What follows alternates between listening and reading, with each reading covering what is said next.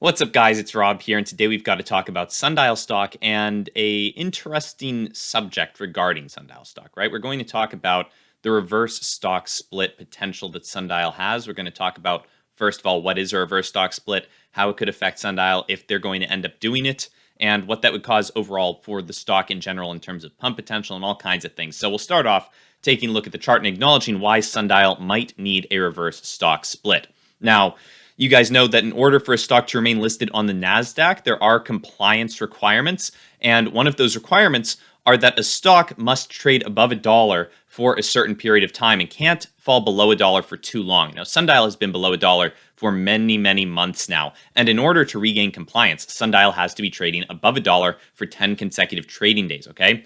Now, unfortunately, that hasn't been the case for a long time. Sundial is currently trading around 40 cents at the moment, and nobody's happy to see it, but it is understandable regarding what's gone on with the market, right? Sundial has been falling and getting battered by the market despite a more recent pump, right? Just about a month and a half ago, sundial was pumping up, but the market since then has been horrific, right? We've just been getting dunked on, both for small market cap stocks in the Russells, and even the S&P 500 has just been getting decimated. So it's no surprise that sundial, after their most recent rally to 90 cents, is also getting decimated. And that brings up the potential situation where they may need a reverse stock split. Now, to explain what this is, I'll first say that they would need to regain this compliance, right? The date that they have to regain compliance by and be above $1 per share is August 8th, okay? August 8th, 2022.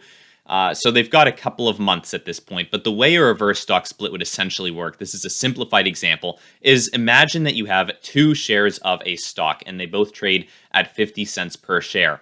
Essentially, a reverse split would be the opposite of a normal split, in which case you would have split them in half, and each of these shares would turn into two shares. They'd be worth 25 cents. A reverse split is the opposite. You basically take these two shares and combine them into one share, and then that share is worth double. It's worth $1 at that point, and there's only one share, whereas there were two previously. And that's something that might happen with sundial, right? They probably actually have to, if it stayed at these levels, do more than a 2-for-1 or a 1-for-2. They'd probably have to do at least a 3-for-1 or a 1-for-3.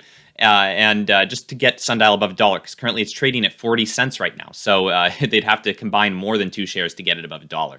Now, there are a couple of situations that could arise that could actually drive sundial's stock price up above $1, and then they wouldn't need to do this split. Now, it's interesting that the date which sundial needs to reach above $1 by is August 8th, because August 8th is also when the Senate goes on recess, okay? The Senate goes on their August recess on August 8th. Now, the reason that's interesting is because Chuck Schumer, Senate Majority Leader, has promised marijuana activists that he will introduce a bill to federally legalize cannabis before the August recess. So before August 8th, bill, at least Chuck Schumer has promised that a bill will be introduced to federally legalize cannabis. And that would certainly be a good catalyst to get sundial moving up higher. Now, it's not guaranteed that that will happen too far in advance of August 8th, and it may be the case that sundial shareholders end up needing to have a meeting before then and deciding to do the reverse split before that time because they don't want to worry about the situation where maybe he doesn't keep his promise, or maybe the stock just doesn't rally enough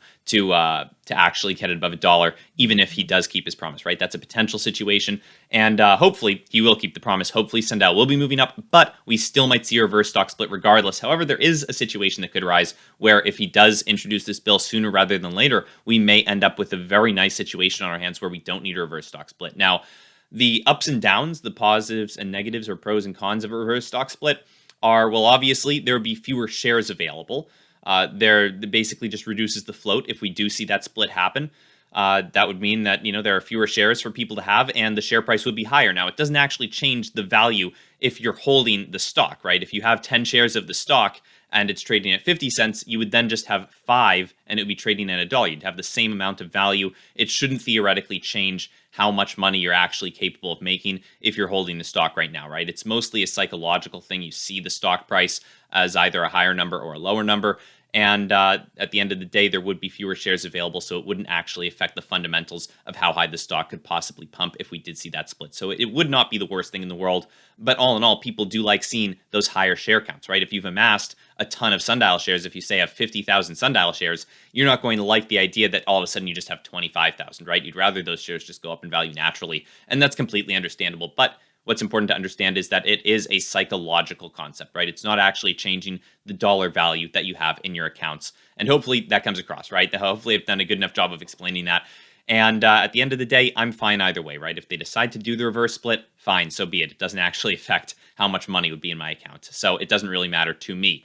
Now, other than that, guys, keep in mind, none of this is financial advice. I'm just letting you guys know what the reverse split's all about, how it would work, what are my thoughts on it. And overall, I have fairly positive thoughts about it, right? I'm not too worried either way. I'd prefer, obviously, if Sundial could just pump up and they didn't need to do a reverse split, but that might not be able to be possible. We'll just have to see what the future brings for us and when this cannabis legalization bill actually gets introduced. And other than that, guys, keep in mind, not financial advice. If you enjoyed the video, feel free to subscribe. And other than that, have a great day. I'll see you in the next one. Bye.